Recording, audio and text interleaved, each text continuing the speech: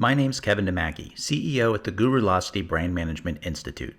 I'm a brand management trainer and consultant to leading consumer goods companies such as Kimberly-Clark, Procter & Gamble, Kraft Heinz, Gorilla Brands, and Nestle. Today we're giving you an inside look into one of our recent training sessions on how to identify key issues in a strategic plan.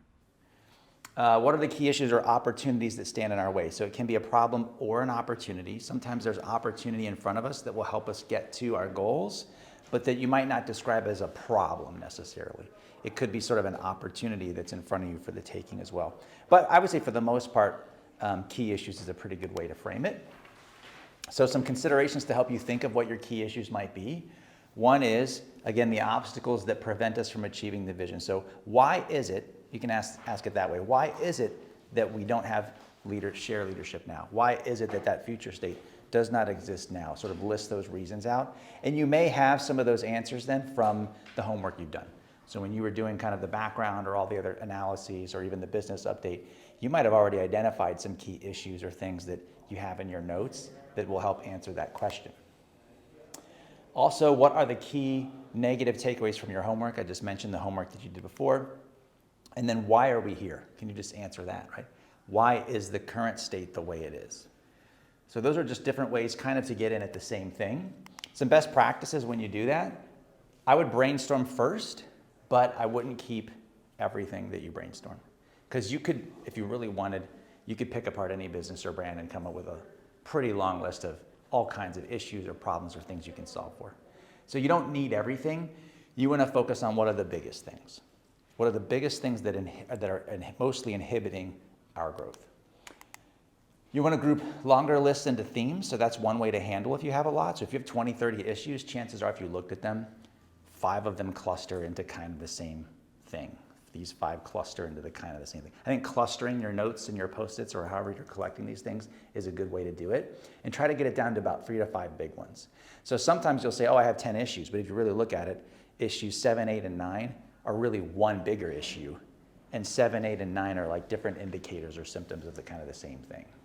Right? So you want to try to cluster those themes together and get to the bigger ones.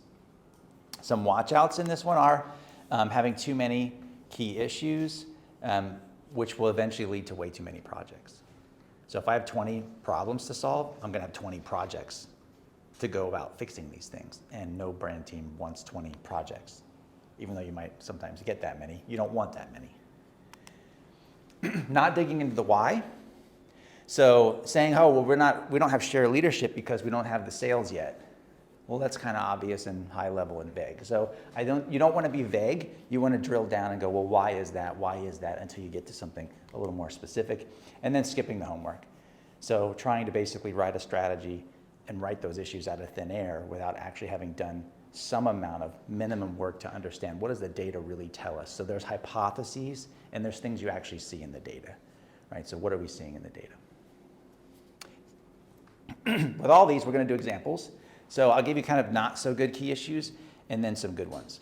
Things like low market share, low profitability, low loyalty, low growth rates. Those are kind of like the low sales one, right? So why don't we have double the market share? Because we don't have, we're not getting good repeat customers or we're not really growing. Again, that's too high level. So let's get more specific. Why? Well, retailers won't list us because they don't think we're a serious player in the category. Okay, well that would give me a pretty good why. That's a specific why. We're having trouble getting product onto the shelf because retailers don't think that we're serious. Maybe the category isn't growing. Consumers are leaving the category. That would be a huge inhibitor to our growth potential and something we want to fix. Maybe customers or consumers perceive our product as lacking taste. That's a pretty big problem. So again, I'm not just saying, well, we're losing market share, we have low repeat, we don't have very good brand loyalty. Well, why? Well, because our stuff doesn't taste good. Okay, well then we should fix that, right? That would lead to a strategy and a project. Or maybe we lack incremental innovation. We don't have an innovation pipeline. And then this last one, here's more of a media one. Maybe our current media approach is showing some signs of weakness. Maybe I have indicators that say the way we're doing creative, the way we're buying our media, the media channels we're using may not be as effective as we really need them to be.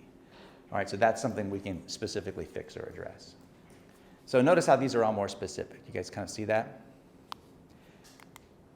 All right, some other examples of just slides from kind of past decks here. This one is more about consumers and category issues. So they were identified a category, people spending less in the category was actually a big issue.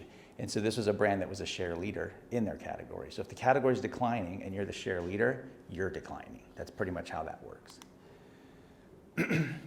This is a slide where they were highlighting innovation in the category. So there was a lot of innovation increasing over time, 2012, 13, 14, up to 2016 at the time. You can see the number of new UPCs showing up in Nielsen.